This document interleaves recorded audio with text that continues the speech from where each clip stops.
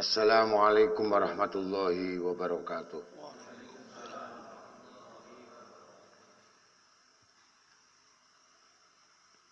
A'udzu billahi samii'ul 'aliim minasyaitonir rajiim. Bismillahirrahmanirrahim. Alhamdulillah summa alhamdulilladzi amana bi isyanihi wa man 'alaina bi imtinanihi wa jalal min khairil umam wa khasana bi Muhammadin sayyidil arabi wal ajam wa ala alihi wa sahbihi al-aimatil kiram. Asyhadu an la ilaha illallah wa la syarika la syahadatan yasbutu bil qalbi siruha wa yasruku ala dhahiri nuruha wa yanbasitu fi sirri ilmuha wa yatimu duruha wa asyhadu anna sayyidina Muhammadan abduhu wa rasuluh wa abdul da'i ilallah ala basyirah fastajaba li da'wati man sahalahu fi adil misyakil awal tuhuluh fakana fi tilka khadri syarifati makiluhu wa nuzuluh sallallahu wasallam alaihi wa ala alihi wa sahbihi wa man tabi'ahum bi ihsanin min ahli al-islam wal iman wal ihsan. Allahumma salli abdullah salawatika wanfa'aha wasmalaha wasa'aha wajmalaha wajma'aha wasanaha wabda'aha wanwaraha wasta'aha wakmalaha warfaha wa'alaha makana ladaik wa habbaha min kulli wujuh ilaik masfu'atan bisalamin minka yuma'iluha wa la tabduluhu wa la yafduluha salatan wa salaman yasurani min faidi fadlika alladhi la yafadu wa tawaradani ala ahabbi abidika ilaik abil qasim sayyidina Muhammad adada maklumatika wa imdada kalimatika fima kana bigari bidayah wa fima yakuna bi ghairi nihayah la qasima jamil awalimi ila asgari ahzaiha la nafadat qabla nafadiha wa balagat usra mi sari a'dadiha tatawa ila ilai fi kulli lamhatin mustakmalatan fadluha madrubatan fi majmu'i ma qablaha hatta tusahiba sawabikul abadi wa tajaja anil hukiha jamil a'da'i tabdulu jamil salawat kapadli ala jamili li mahlukat wa la alihi wa sahbi ajmain wa kullu man dakhala tahta khitati dinil mubin amma ba'd. Ana raddal amanata ala samawati wal ard wal jibal wa baina an yahmil naha wasfaqna minha khamalal insan innahu kana dzuluma jahula. Al ayat.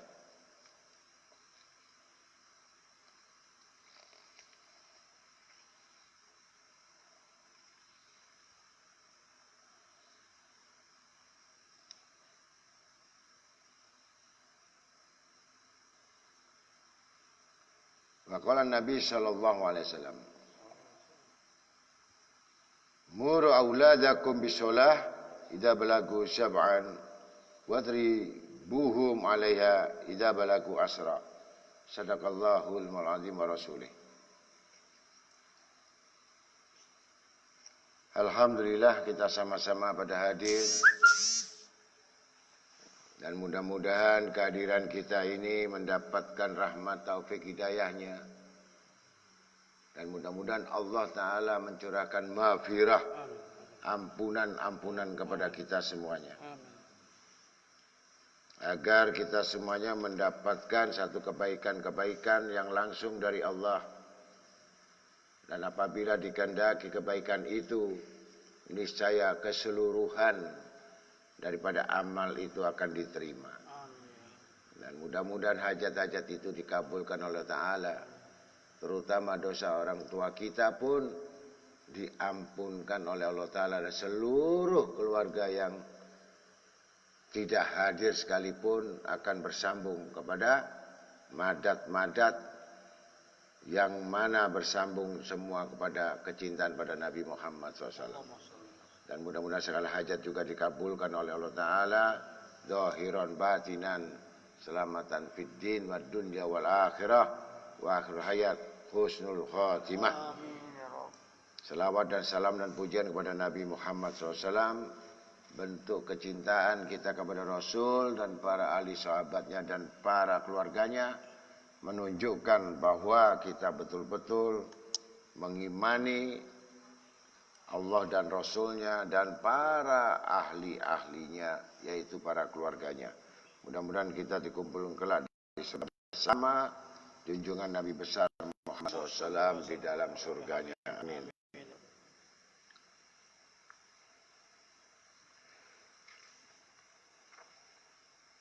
Masyarul muslimin rahimahullah.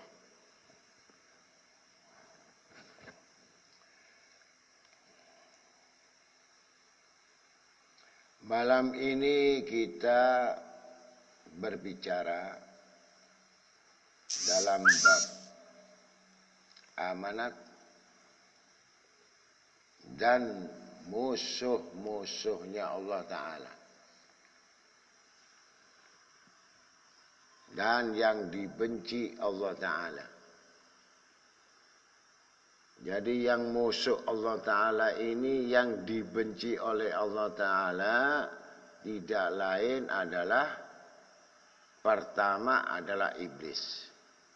Yang kedua adalah dunia. Yang mana dunia itu paling, setelah diciptakan oleh Allah Ta'ala, sejak itu Allah Ta'ala tidak memandang pada dunia itu. Jadi barang siapa yang menginginkan dunia itu, dan siapa yang betul-betul menggantungkan pada dunia itu, sudah jelas bahwa manusia itu juga bagian yang paling dibenci. Maka antara dunia dan setan itu sekutu. Kalau orang cinta pada dunia itu pasti sekutunya iblis. Begitu pula orang yang menghendaki dunia semata-mata yang tidak tahu, maka dia sekutu, serikat. Apa alasannya bahwa dunia itu adalah yang dibenci? Karena itu mengandung satu tipuan. Dunia ini tempat tipuan. Berarti kalau dia dipermainkan dunia, berarti sudah tertipu. Kalau orang yang cerdas, dia bisa mempermainkan dunia. Maka dikuatkan itu untuk bisa mengetahui musuh-musuhnya, kembali dalam putaran, namanya amanat. Apa amanat itu? Yang mana amanat itu adalah mentaati Allah dan Rasul. Yang pertama mengerjakan sholat. Nah, sholatu imaduddin, karena sholat itu tiang agama. Lemah sholatnya, buruk sholatnya, berarti lemah juga keadaannya. Dengan demikian pasti terjerumus kecintaannya kepada dunia. Itu orang lemah. Dan musuhnya, yang tadi disebutkan, bahwa musuhnya itu yang disebutkan dalam Al-Quran. Inna syaitan lakum aduwa. Syaitan itu musuhmu yang nyata.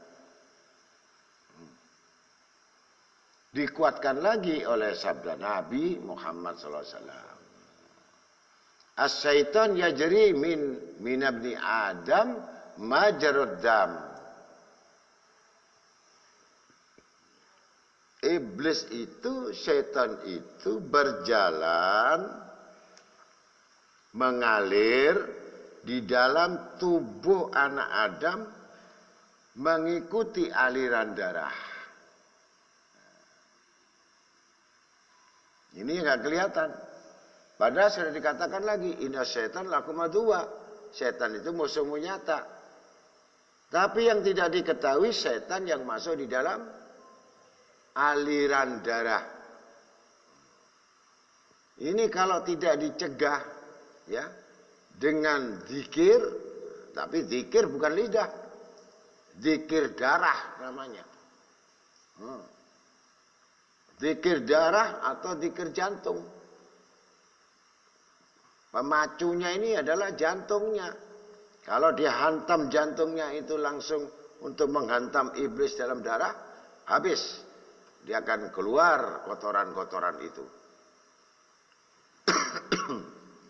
Nah, ini harus melewati jenjang-jenjang bagaimana orang ibadah ini. Kalau enggak kamu terhias saja di luar. Kena terus. Apalagi dibantu ya unsur-unsur makanan yang haram, sponsor kuat itu. Yang harusnya pukulan satu jadi pukulan berarti sekaligus dia menghantam 1000 pukulan dalam darah pemicunya. Itu bahan bakar karena yang haram. Maka kenapa dilarang itu? Karena pemicunya tadi yang menguatkan power daripada nafsu tadi adalah barang yang haram.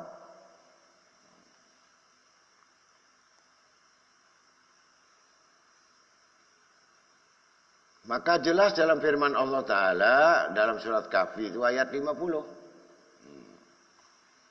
Yang mana diterangkan wa qalu ta'ala fi kitabil karim bait qulna lil malaikah isjudu li Adam.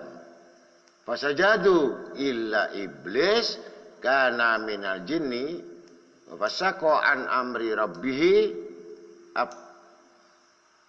afata takhidunahu wa duriyatahu awliya min duni wa hum lakum adu bisalidzolimina badala. Dan ketika kami berfirman kepada para malaikat, sujudlah kamu kepada Adam, maka sujudlah mereka. Malaikat nurut.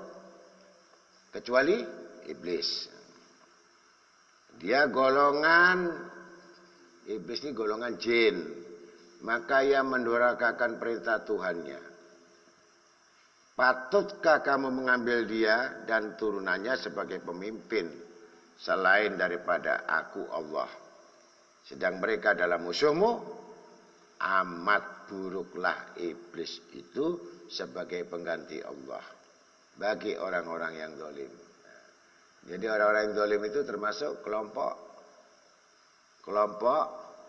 iblis.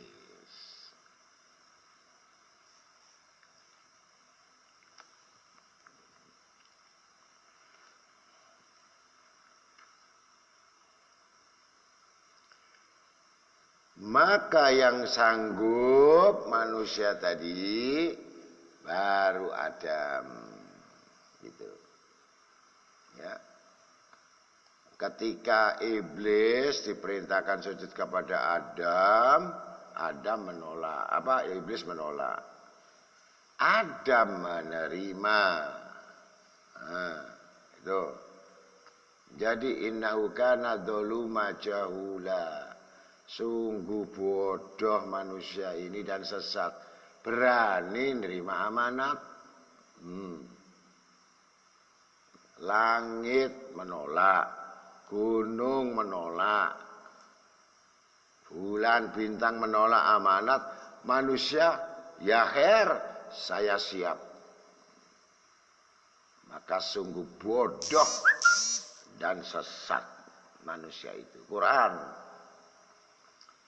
Sesungguhnya kami telah tawarkan satu amanat kepada langit dan bumi dan gunung-gunung, maka mereka enggan menerimanya dan takut menerimanya. Kemudian diterima oleh manusia. Siapa yang pertama? Adam. Itu amat aniaya, lagi bodoh. Itu dalam surat Al-Ahzab ayat 72. Menerima amanat, kita ini termasuk golongan Sayyidina Umar bin Khattab minta dikembalikan ke rahim ibunya. Kenapa aku tidak jadikan toir? Kenapa aku tidak jadikan burung saja? Ketika meninggal tidak ada hisab. Sampai ingin jadi burung. Ingin jadi binatang, ketika meninggal jadi bangkai. Tidak ada urusan. Manusia. Itulah yang dikhawatirkan, seperti halnya Nabi Adam alaihissalam merasa enggan menerima amanat karena tahu asalnya enggak mau. Gunung-gunung dan langit bumi saja tidak kuat menerima, maka firman Allah Ta'ala, ambillah dia, jangan takut. Karena firman Allah, pelaksanaan bawah adalah dari kamu, sedangkan kekuasaan adalah aku. Jadi membawa amanat itu manusia, tapi kekuasaan adalah Allah.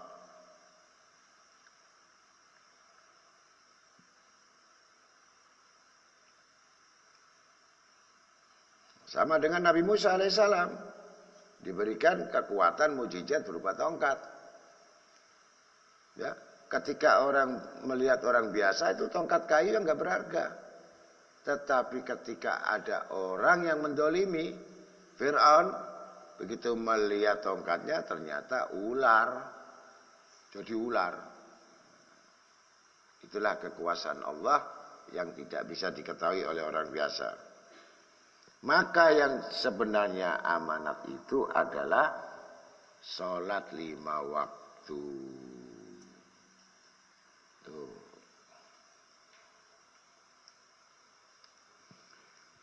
Wa qalu ta'ala fi kitabil karim hafizu ala salawati wa salatil wusta wa qumu lillahi qanitin. Peliharalah salat dan salat wusta. Wusta itu salat asar. Salat wusta itu namanya salat asar. Dan berdirilah dengan taat karena Allah. Jadi berapa macam amanat-amanat itu? Yang jelas pertama itu adalah sholat. Itu amanat. Setan tidak mau nerima. Iblis itu nggak mau nerima.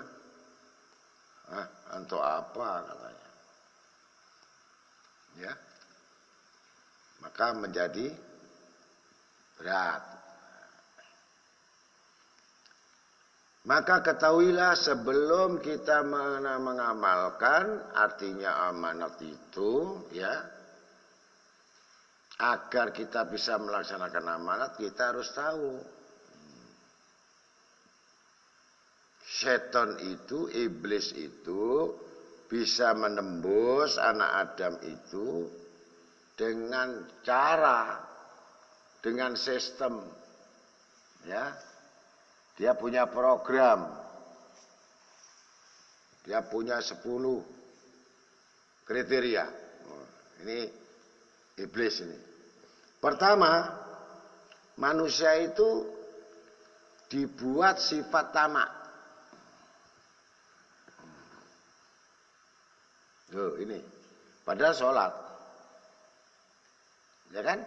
Amanat sholat sudah, kemudian puasa sudah, zikir sudah, tapi dia bisa nembus, dia harus tamak.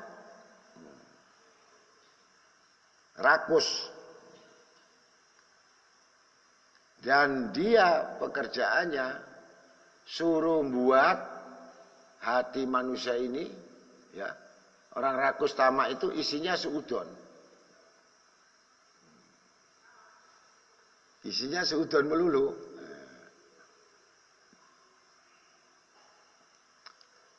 Dan kita harus melawannya dengan apa? Bukan dengan amal. Melawannya menyerahkan urusan itu dengan Allah. Kau tidak akan bisa menang, kau tidak akan bisa mampu melawan setan. Karena setan tidak kelihatan. Bahkan dia beroperasi di aliran darah.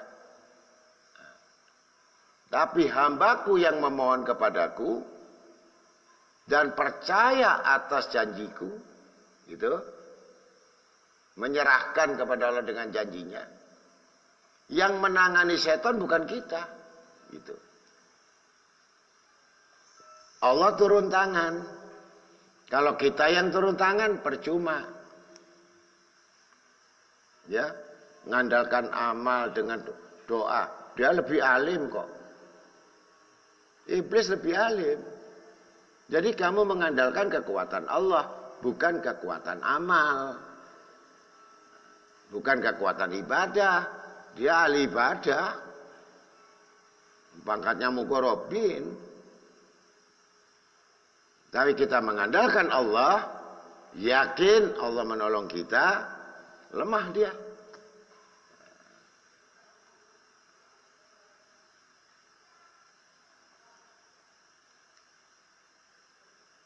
Maka mengalahkan itu dengan apa? Tamak tadi rakus. Qanaah. Tahu qanaah?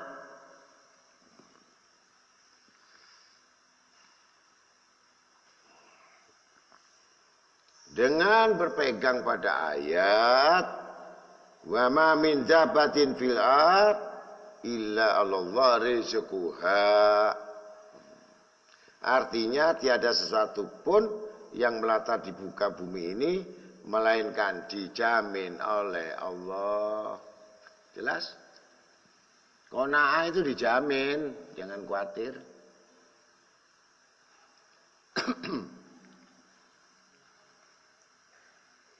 Jadi nggak dijamin rezekinya. Ada kalau orang paham, nggak takut. Nggak ada orang nggak takut yang kemarin sudah dibicarakan bab rezeki. Kemudian sifat iblis tadi menembus itu kepada anak Adam itu suka menghayal, tulul amal, ya. Angan-angan panjang itu sebenarnya tiupan bisikan iblis, bukan cita-cita. Cita-cita dengan angan-angan beda. Kalau angan itu melantur, ya.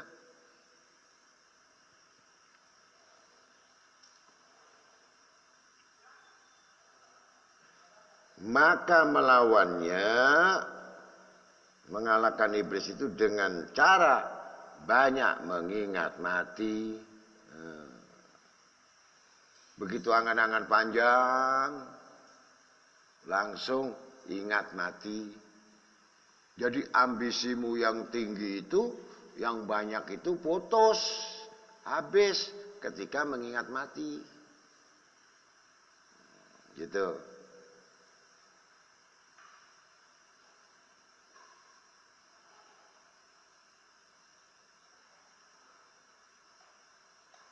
Maka peganglah ayat wa ma tadri nafsun bi ayyi ardin tamut. Artinya tiada suatu jiwa pun yang mengetahui di mana ia akan mati, gitu. Ya. Jadi orang mati itu nggak tahu di mana. Apa orang nyangka kalau mati kena corona itu kan nggak nyangka itu, ya. Nggak pernah mimpi dulu itu. Nanti mati kena corona, dibungkus terus di keluarganya nggak ikut. Dia nggak pernah mimpi itu, ya kan?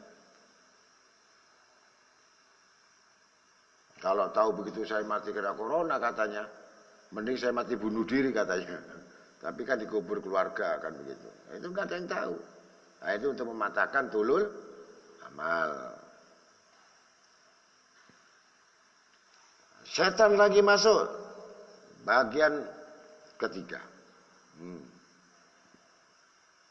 Dengan banyak keinginan untuk istirahat. Dan terus berusaha untuk cari merasa nikmat. Tuh setan. Makan enak, setan itu. Loh, makan enak kok setan? Tambah. Ya. Begitu diisi, ketika makanan masuk di mulut, ya, paham? Ngambil bismillah, masuk di mulut bismillah, nelen alhamdulillah. Ini contoh. Ini kalau memang kamu mengamalkan sunnah Rasul sallallahu alaihi wasallam. Ya. Baca bismillah minum, menelan alhamdulillah. Sampai 3 kali. Minum lagi, bismillah lagi, kemudian menelan alhamdulillah. Sampai 3 kali, bismillahirrahmanirrahim, alhamdulillah. Nah, bisa 3 kali tegukan, tapi kamu harus cepat, ya. Misalkan karena ingin banyak minumnya banyak itu langsung. Ini banyak kan?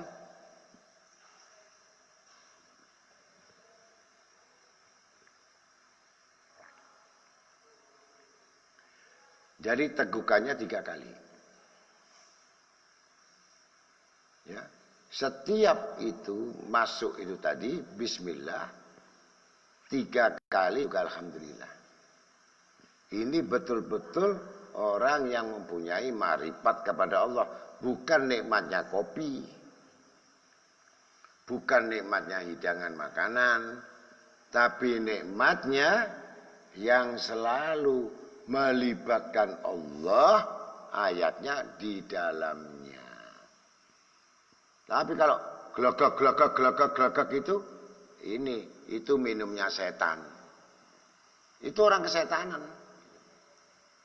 Bukan gak boleh. Itu namanya orang-orang yang lalai.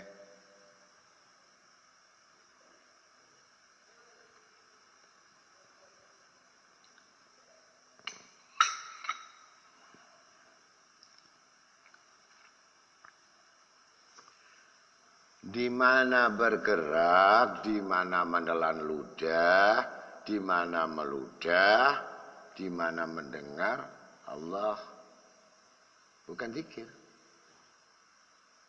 Zikir mengingat, tapi belum tentu, ya. Apa yang diingat itu bersama dengan perbuatan.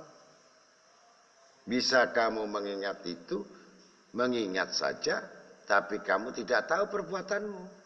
Ini orang bodoh yang berzikir. Enggak ngerti, itu.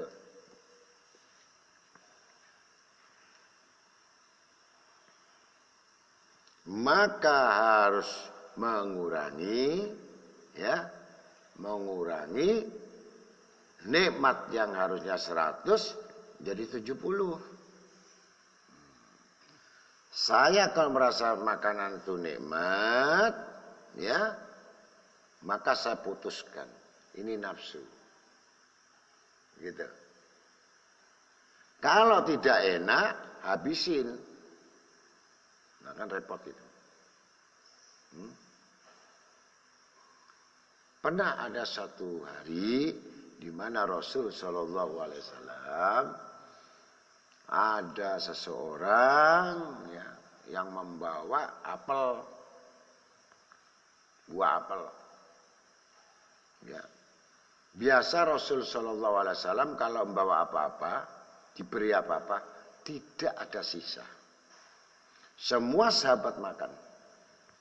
Rasulullah tidak. Ini salah satu bagian akhlak Rasulullah. Ketika pada saat apel masuk, ya, langsung diambil satu. Akhirnya semua sahabat tidak dibagi. Ada 10 apel tuh dihabisin sendiri sama Rasul sallallahu alaihi wasallam. Dimakan habis sama Rasulullah, ya. Maka terkejut, tidak biasanya Rasulullah seperti itu. Kenapa? Alasan apa? Sampai yang memberi pulang. Jadi, maka bertanya sahabat, ya Rasulullah, apa yang terjadi? Bukankah engkau itu setiap ada pemberian apapun, engkau tidak pernah menyentuh? Kau selalu memberikan manfaat kepada orang lain.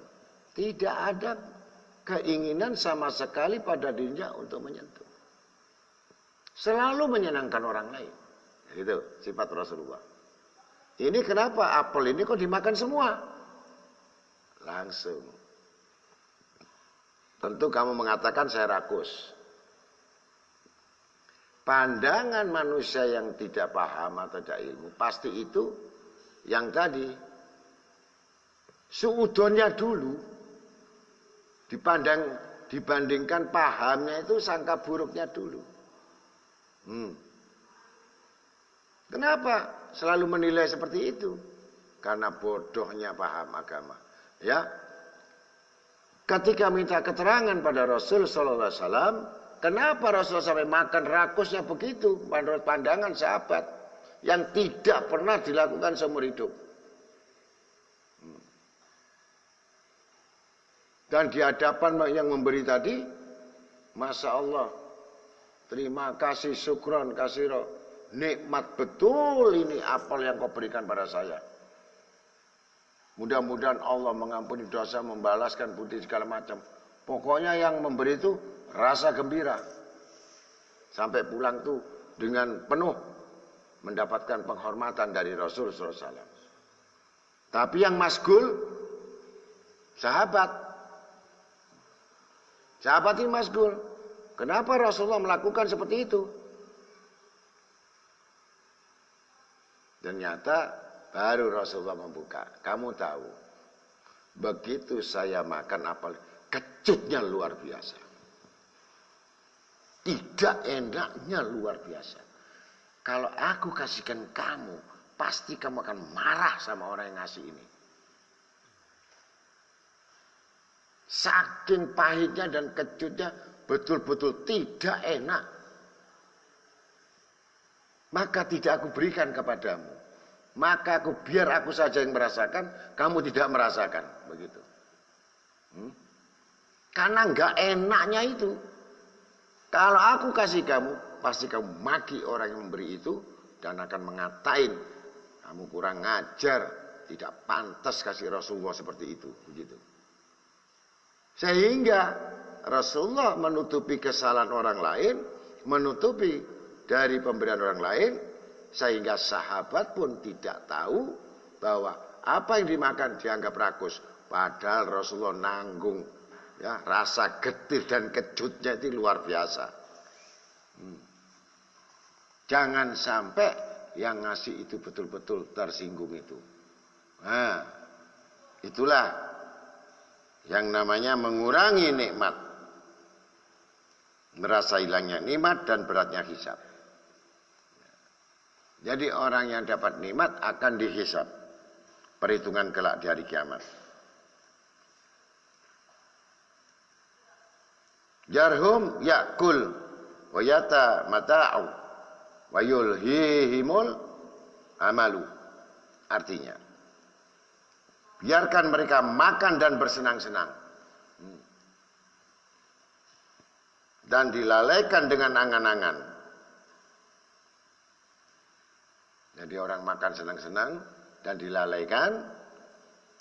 Afra'aita in matanahum sinin summa jahum makanu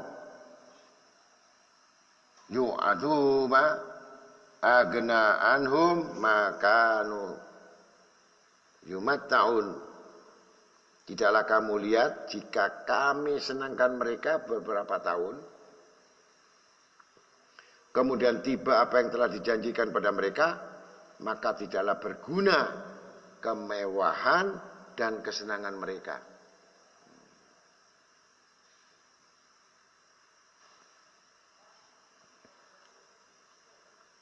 Ini tugasnya iblis. Supaya kamu lahap. Makan lahap. Makan lahap itu Abu Lahab. Kamu kalau lihat orang-orang ya, orang-orang yang betul-betul takut pada Allah itu, makannya nggak banyak. Bukan nggak lapar, nggak banyak. Ketika mau dihabiskan dia ingat, ya masih ada orang yang butuh, gitu. Nah kalau kita kan harus dihabisin itu, tarikatnya harus dihabisin, sampai kobokannya dihabisin rata itu. Tanda kamu berkah. Tapi kalau tingkatan yang sudah ini, setiap makanan itu pasti akan disisakan. Disisakan ini untuk siapa? Untuk yang wajib menerima berkah. Gitu. Masih disisakan. Gitu. Padahal itu nikmat. Tapi ketika tidak nyaman, ya dihabisin. Jangan sampai yang tidak nyaman orang lain merasakan. Begitu. Ini.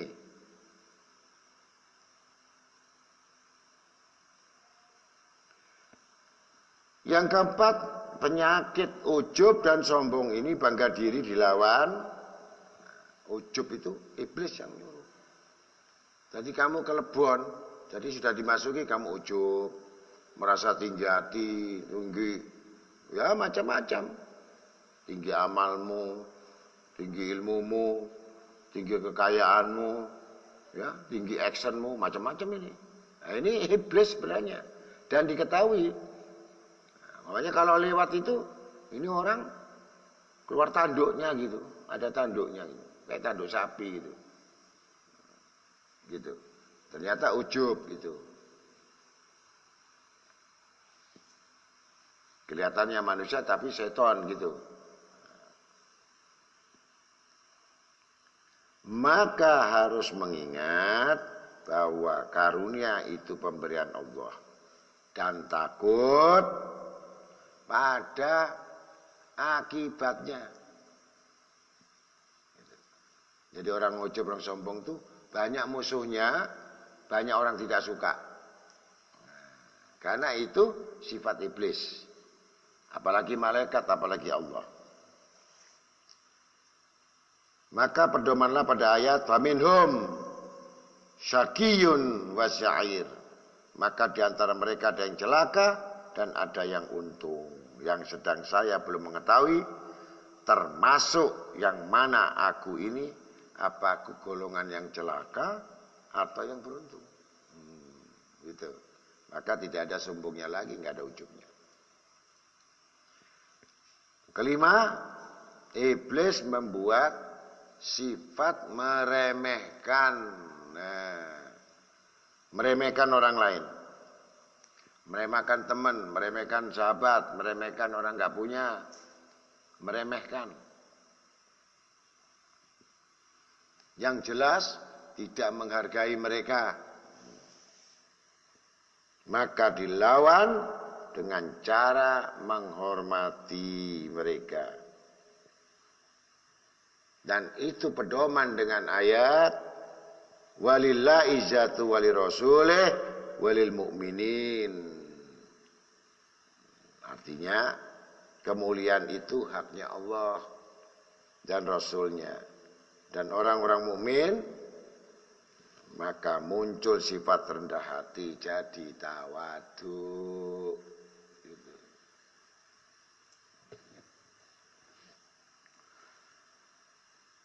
Nah ini penyakit-penyakit hati semua ini. Sifat hasud yang keenam ini, iri, dengki, penyakit.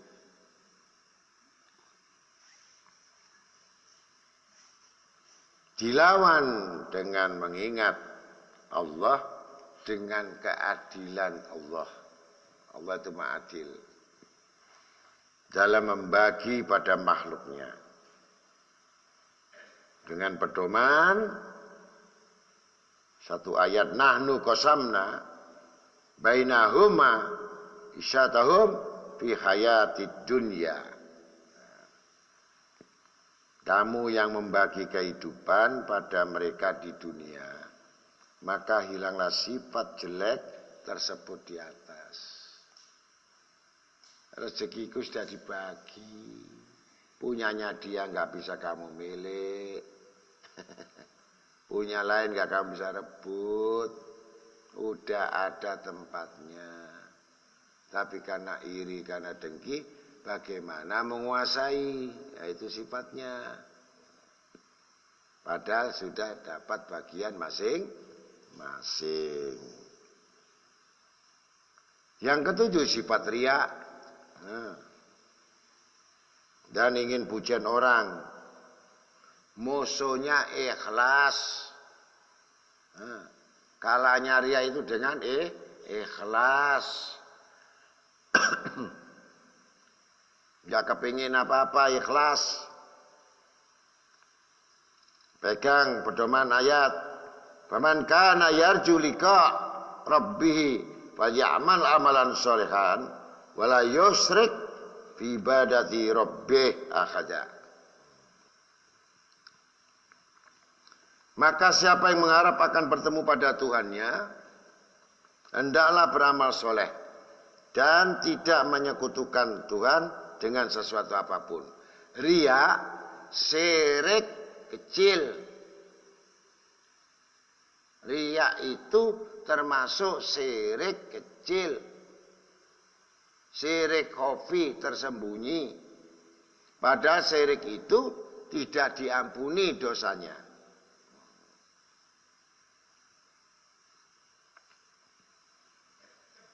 Delapan.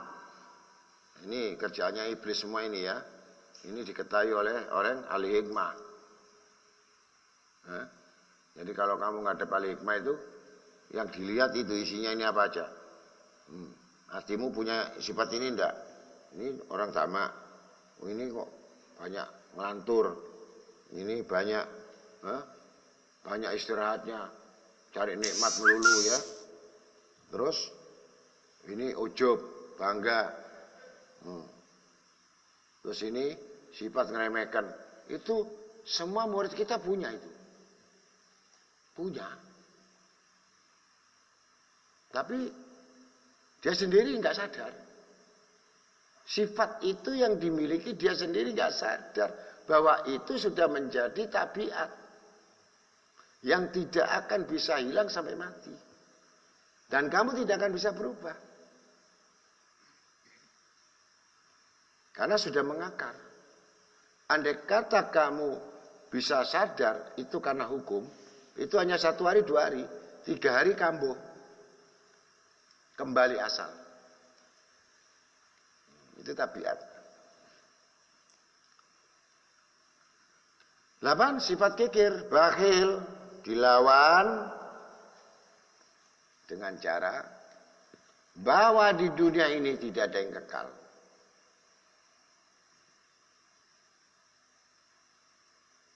Mengingat semuanya mati tidak dibawa, insya Allah nggak kikir.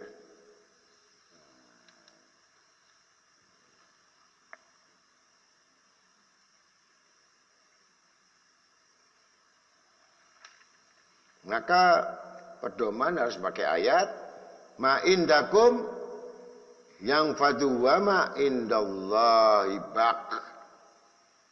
Apa yang ada padamu akan habis rusak. Dan yang di sisi Allah yang tetap kekal. Milih yang sisi Allah atau milih yang rusak? Untuk sementara milih yang rusak dulu ya.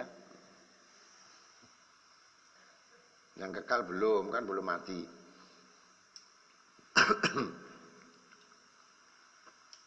Kemudian yang ke-9, semua ini penyakit hati sebenarnya. Ya. Sifat kibir, sombong, dilawan dengan tawadhu, berpegang pada ayat yang berbunyi, Inna khalaqnakum min dzakarin wa unsa wa ja'alnakum syubawan qabaila lita'arufu inna akramakum indallahi atqakum.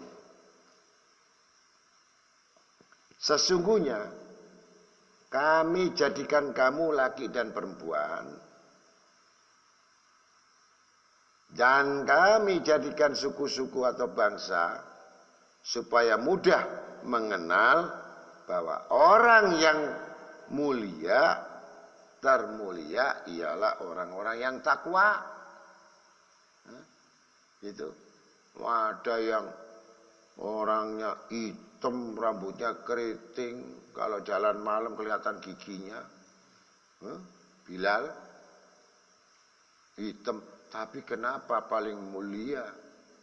Padahal budak sampai sandalnya pun didengar di surga.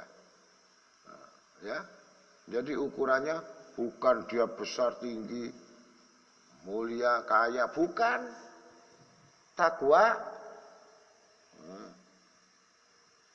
Nggak lihat kamu kaya atau enggak, takwa.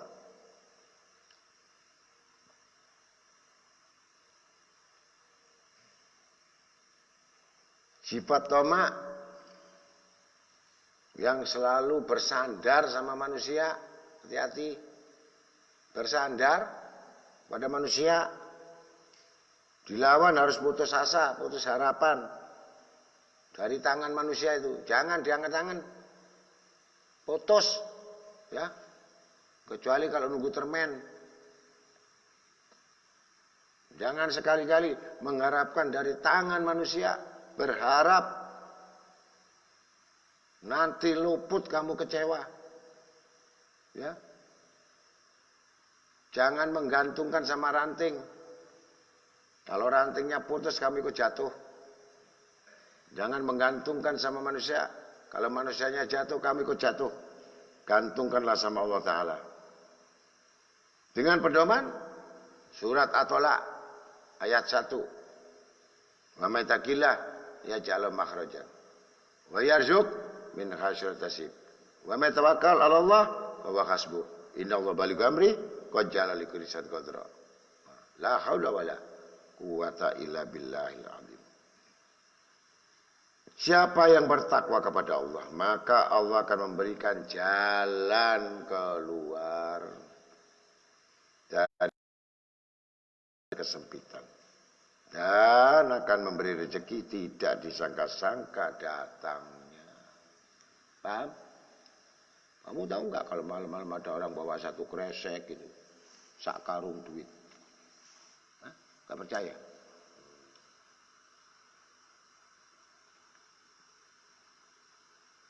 Percaya atau enggak? Bagaimana percaya wong kamu nggak pernah tahu?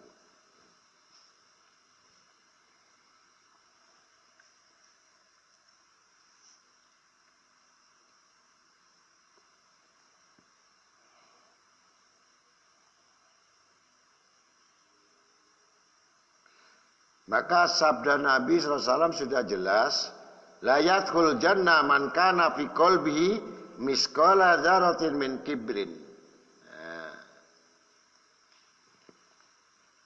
Nabi SAW bersabda, tidak akan bisa masuk surga orang yang di dalam hatinya terdapat seberat semut gatal dari perasaan sombong di hatinya.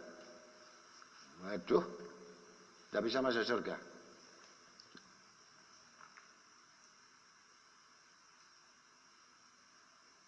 Man tawaddu rafa'allah wa man takabbara wa do'a'ullah. Jadi orang tawadhu itu akan diangkat derajatnya oleh Allah, sedangkan orang yang sombong itu pasti dihina, direndahkan oleh Allah. Ingat itu.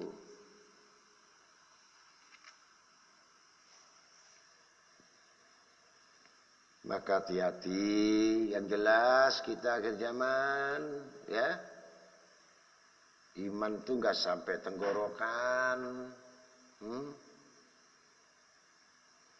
Nabi sudah bersabda, qala Nabi Muhammad SAW, yatinnas zaman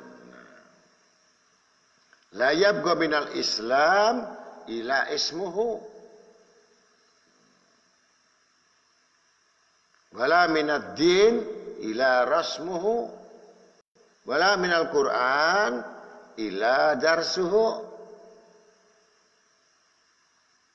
yu'amiruna masajidahum wa hiya kharabun an dzikrillah asyara ahli dzalik az-zamani ulamahum minhum tahrujul fitnah wa ilaihim ta'udu wa haula'i alamatul qiyamah. Tanda-tanda akhir zaman akan datang nanti suatu masa, ya sekarang ini sudah. Islam hanya sebutan nama. Sebutan namanya saja. Agama Islam, sebutan saya Islam. Nggak ngerti tapi. Agama hanya bentuknya saja.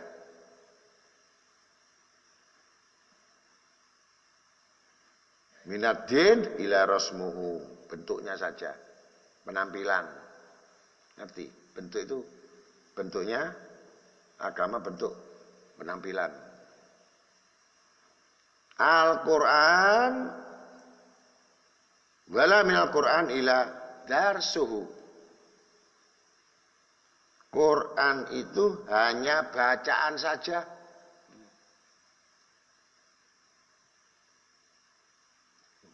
Kemudian mereka sama-sama meramaikan masjid, sedangkan masjid-masjid itu sunyi. Dari zikir menyebut asma Allah. Orang-orang yang paling busuk pada zaman itu ialah para ulamanya. Paham? Dari mereka banyak timbul fitnah. Dan fitnah pun akan kembali kepada mereka juga. Dan mereka semua yang tersebut adalah tanda-tanda hari kiamat.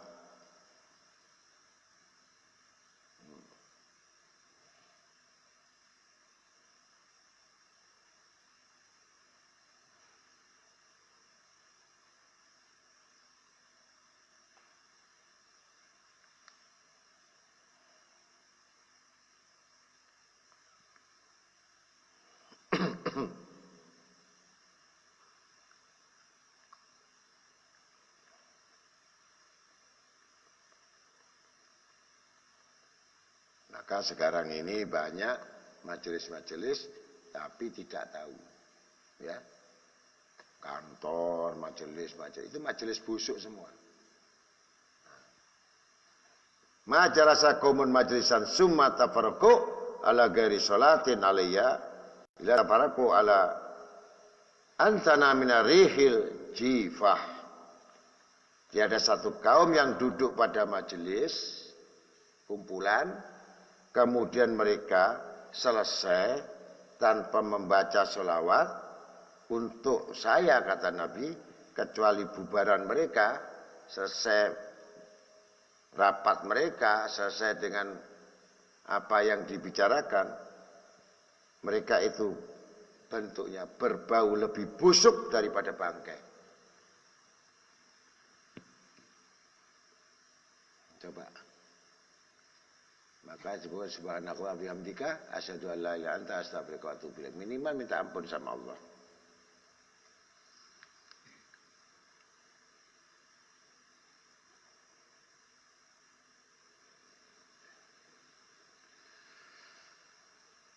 Kemudian sihirnya iblis tadi untuk cinta pada dunia. Nah, ini rusak semua ini. Kena dunia hancur sudah ya. Maka hati-hati. Ini puncaknya iblis ini adalah ketika kamu ya mengurusi dunia. Maka kamu akan dijerumuskan. Qala Nabi Muhammad SAW, ittaqud dunya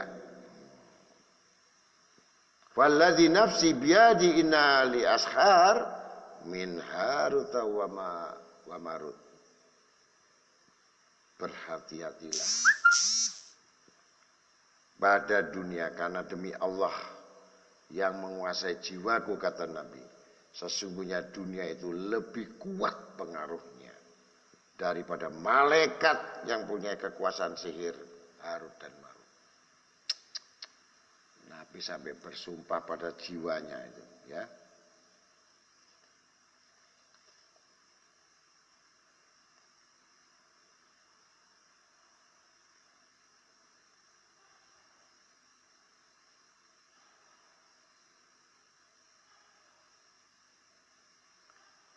Kala Nabi sallallahu alaihi wasallam, man tazayyana bi amalil akhirah wa la yuriduha wa la yatlubuha lu'ina fis samawati wal ard. Nabi sallallahu alaihi wasallam bersabda, barang siapa yang menghiasi dirinya dengan amalan-amalan akhirat sedang ia tidak mengendakinya dan ia tidak pula untuk menuntutnya, atau tidak mau ngambilnya dan tidak mau belajarnya, atau menginginkan betul akhirat itu, niscaya ia akan terkutuk di langit dan di bumi. Jadi orang yang tidak betul-betul menginginkan akhirat ini, dia akan dikutuk oleh Allah. Kutukan itu langit dan bumi.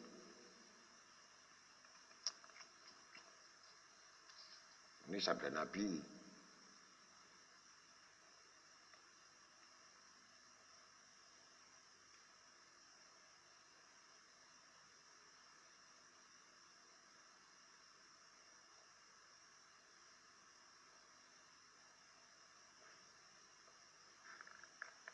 Pegang hadis Nabi sallallahu alaihi wasallam, ya.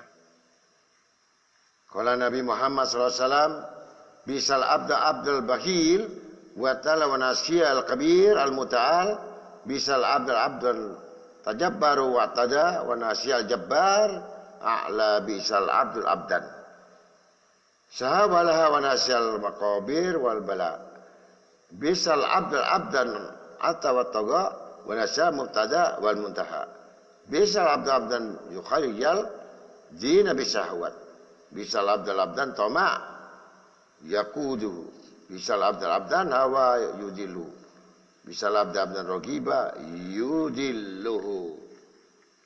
Apa kata Nabi Muhammad SAW bersabda, alangkah celakanya seorang hamba yang berlaku kekir atau bakhil dan tipu daya, lalu ia melalaikan yang maha agung lagi maha tinggi. Alangkah celakanya seorang hamba yang berlaku kikir atau bakhil dan tipu daya, lalu ia melalaikan yang maha agung lagi maha tinggi. Alangkah celakanya seorang hamba bila berlaku sombong dan takabur, atau merajalela, atau yang melampaui batas, lalu melalaikan yang maha perkasa dan yang maha tinggi. Alangkah celakanya seorang hamba yang berlaku lalai,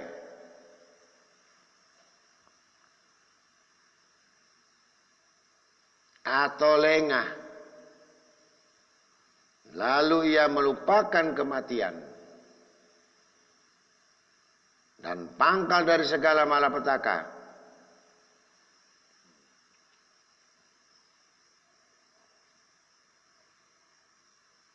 Alangkah celakanya seorang hamba yang melanggar dan yang melampaui batas,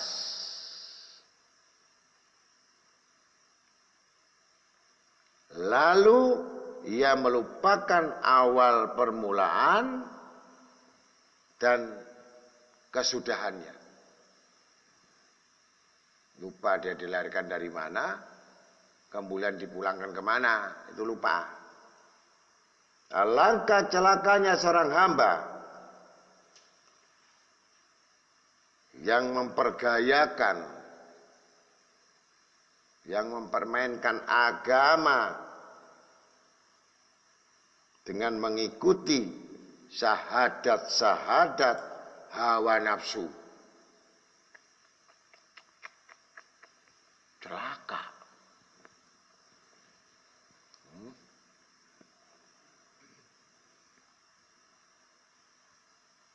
Dengan mengikuti syahadat-syahadat hawa nafsu mereka. Dan alangkah celakanya seorang hamba dibimbing oleh keinginan, kerasukan, kerakusan, dan ketamakan.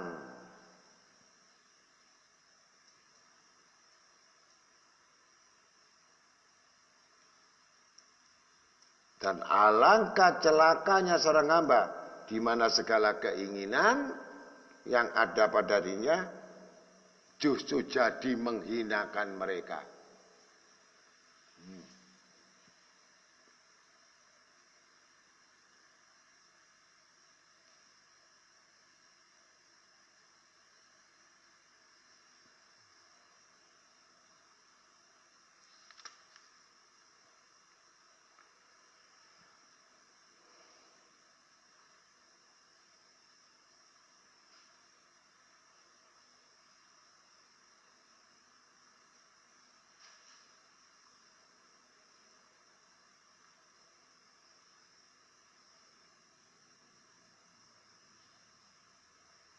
Maka sabda Nabi SAW sudah jelas kehinaan dunia itu akan tampak. Menurut Sayyidina Imam Fakil Muqaddam Muhammad bin Ali Ba'alawi, tanda-tanda kerusakan dunia itu: 1. Jika harta rampasan perang bertukar dengan makanan. Jadi dirampas, barter dengan makanan. Yang kedua, jika amanat itu dianggap suatu keberuntungan. Tanpa amanat dia nggak dapat untung. Bantuan sekian sampai ke bawahnya tidak penuh. Jadi dia selalu cari amanat supaya untung.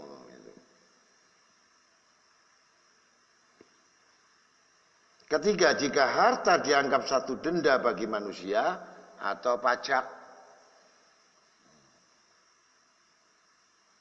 Yang keempat, yang paling banyak, jika suami taat sama istri. Sudah, kiamat.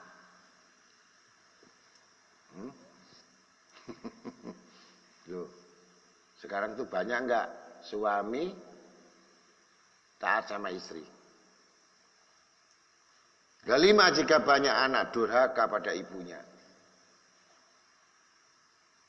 Lebih cinta sahabatnya daripada ibunya. Lebih mendahulukan teman-temannya daripada ibu kandungnya. 6. Jika orang tua atau ayah yang disia-siakan hidupnya dengan anaknya.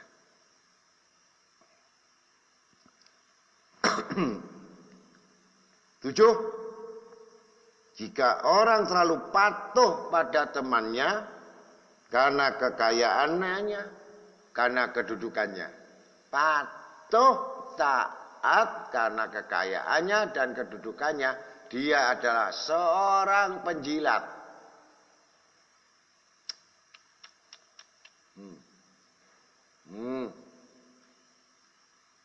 Salah, yo gitu aja. Salah, benar, penjilat. Ya. 8. Jika sudah terjadi orang memuliakan yang sudah jelas kejahatannya, korupsinya, malingnya, buruknya, tapi dimuliakan, dibangga-banggakan, ya. Aneh atau tidak?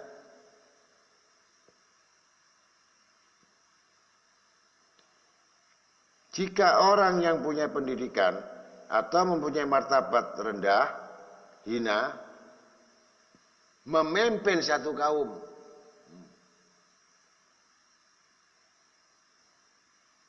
sudah apa tidak? Tidak ada pendidikannya, nggak ada sekolah tingginya, tapi mimpin kaum.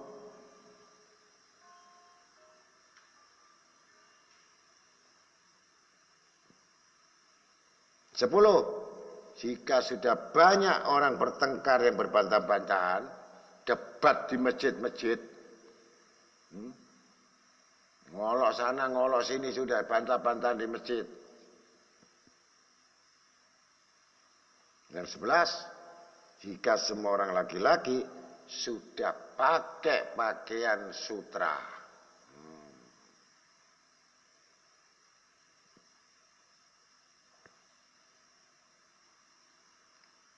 12, jika minum minuman keras, khamar, sudah terbiasa dan menyebar luas. Dianggap itu sebagai minuman hari-hari.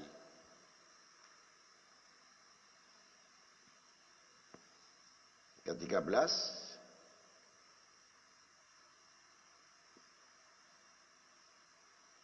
jika penyanyi wanita, artis-artis yang banyak diagung-agungkan. Ini sabda Nabi Muhammad SAW, tanda-tanda kerusakan. Kemudian Syarif Fakil Muqaddam mengatakan, barang siapa ya, yang mengikuti ini, yang mengetahui tentang kerusakan dunia seperti ini yang terjadi, yang sekarang ini sudah. Jika alat musik sudah dimuliakan dan dinomorsatukan daripada baca Al-Quran dan selawat Nabi Muhammad SAW, itu tanda-tandanya sudah tertutupnya kebaikan.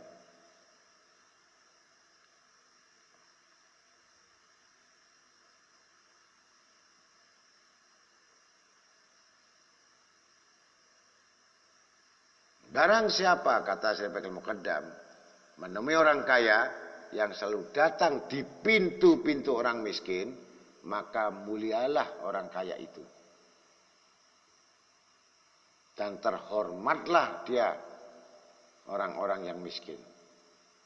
Tapi sebaliknya, kalau kamu menemui orang-orang miskin datang di pintu-pintu orang kaya, maka buruklah kedudukan orang-orang kaya itu dan tidak malunya orang-orang miskin itu.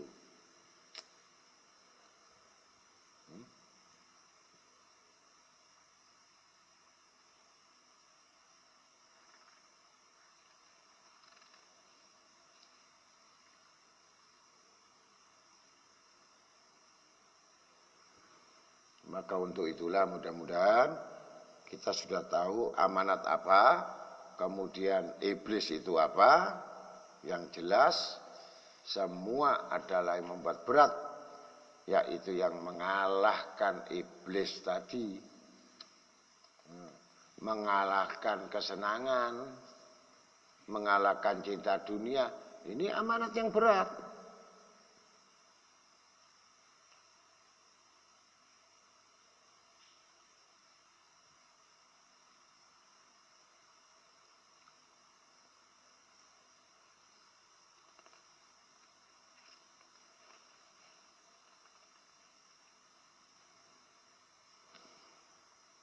Maka jelas pertama dicatat sholat yang pertama amanat. Yang kedua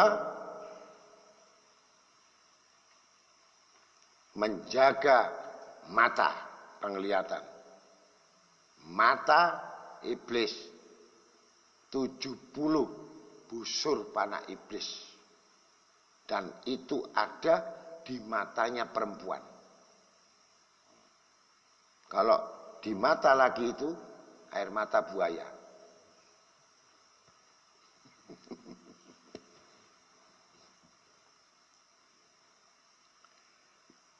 Ketiga, menjaga diri dari hal-hal yang berhubungan dengan riba. Ini amanat ya. Sekali lagi amanat. Keempat, jangan makan harta anak yatim piatu.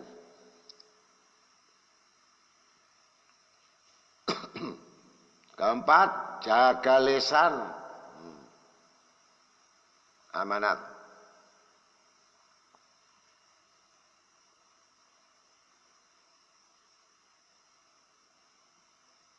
Kelima, pendengaran, telinga.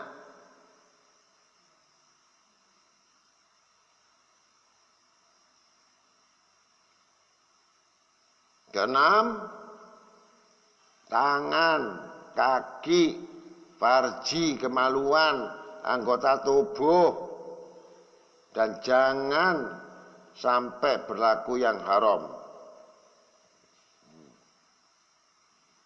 7, wajib mempelajari Al-Quran, belajar Al-Quran, membaca Al-Quran.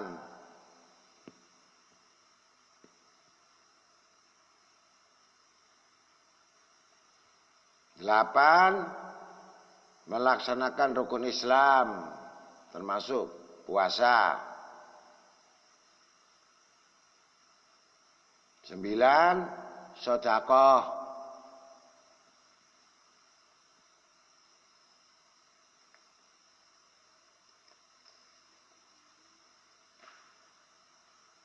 'Khudh min amwalihim shadaqatan tutahhiruhum wa tuzakkihim biha. Ambillah dari harta mereka sedekah yang akan membersihkan dan mensucikan mereka.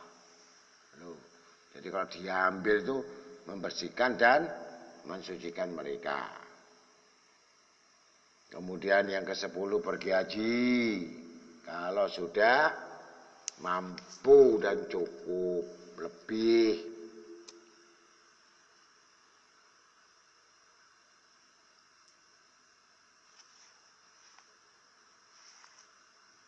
Itu amanat.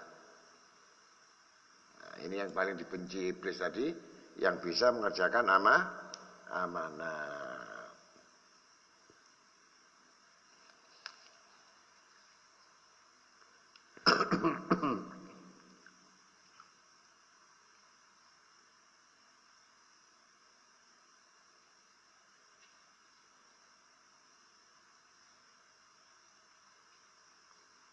Maka dengan demikian jelas bahwa antara amanat dan cobaan itu akan jalan. Supaya amanat itu tidak menjalankan, iblis bisa merajalela. Pertama, musuhmu itu akumu, itu dirimu. Yang kedua, musuhmu adalah nafsu. Ya. Yang ketiga, musuhmu jelas iblis. Puncak musuhmu adalah dunia.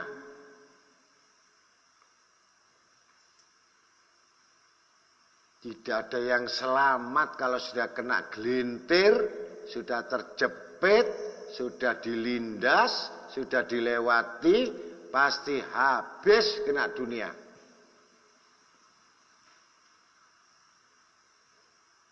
Kenapa?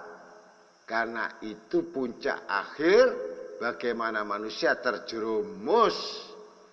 Maka timbul, di mana terjerumusnya? Menghalalkan segala cara. Hati-hati. Kalau sudah dunia ingin bertambah, ingin mendapatkan sesuatu, dia akan mempunyai sistem menghalalkan segala cara. maka habis seperti orang yang membangun gedung putih yang besar dengan isinya di tengah-tengah samudra. Amblas sampai ke bawah, tidak ada sisa. Kalau syubhat, diibaratkan dia bangun rumah, ya, bangun rumah bagus tinggi di tengah-tengah sampah yang mereka siap dikelilingi oleh lalat-lalat melulu yang siap menerima bau busuknya.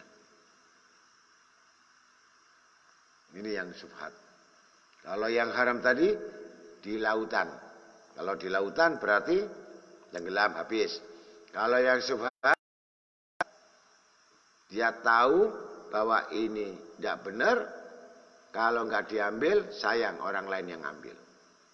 Saya ambil, udah jelas saya tahu. Itu berarti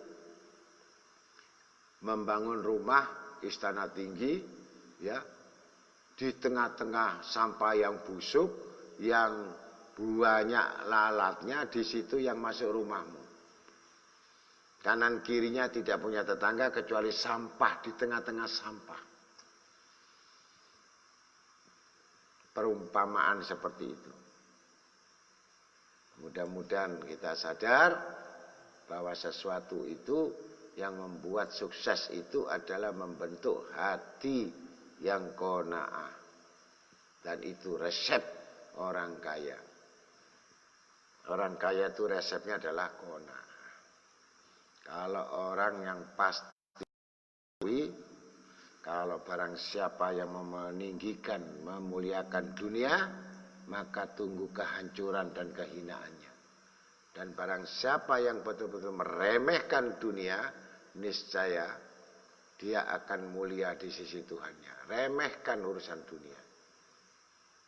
Jangan kamu nomor satukan. Niscaya dia akan tunduk dan merayumu, ya, untuk menenggelamkan kamu. Waspada terhadap dunia. Karena itu sewaktu-waktu datang dan menguasaimu sehingga kamu semua, ya, kelakuanmu yang baik berubah, bicaramu yang baik berubah, tabiat yang sabar jadi berubah, tabiat yang nerima jadi berubah, karena sudah dikelilingi lalat-lalat dan sampah. Itu amanat. Dan amanat yang paling berat memeliharanya. Sehingga tidak masuk urusan-urusan yang mana urusan dari kita tahu. Wahai hambaku, kata Allah, kau pasti tidak akan bisa menang dengan setan. Kalau kau menghadapi, kau tidak akan menang. Tapi takwalah kepadaku. Karena kau tidak bisa melihat setan dan iblis. Tapi aku yang menciptakan, aku bisa melihat. Kalau kau meminta kepadaku, dan kamu betul-betul sungguh kepadaku, takwa, maka aku yang menciptakan, aku yang membakar dia, bukan kamu. Maka yang bisa mengalahkan iblis, bukan manusia, Allah.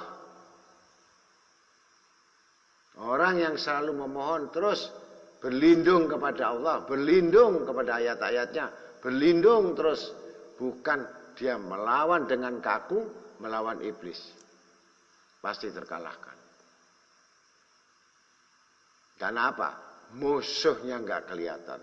Tapi kalau kita mohon kepada Allah, niscaya kita akan bisa mengalahkan dengan pertolongan Allah. Pasti dia akan kalah. Apa kalahnya? Orang yang ikhlas dalam ibadah kepada Allah. Itu satu-satunya yang bisa mengalahkan iblis. Karena ikhlas semata-mata dia beribadah kepada Allah. Kalau lain tidak ikhlas, lain dan seterusnya dan sebagainya, berarti dia justru bersekutu, berserikat dengan iblis. Mudah-mudahan sedikit nasihat ini antara cobaan dunia, antara cobaan iblis, dengan amanat. Mudah-mudahan itu semuanya kita bisa memiliki dengan cara-cara, yaitu menjaga bagaimana iblis yang lewat jalan darah tadi. Kuatkan zikirmu, bukan kuatnya mikirmu. Sekali lagi, jangan kuat mikirnya, kuat zikirnya, pasti akan berpikir. Mudah-mudahan bisa zikir kuat, berarti baru sehat pikirannya. Assalamualaikum warahmatullahi wabarakatuh.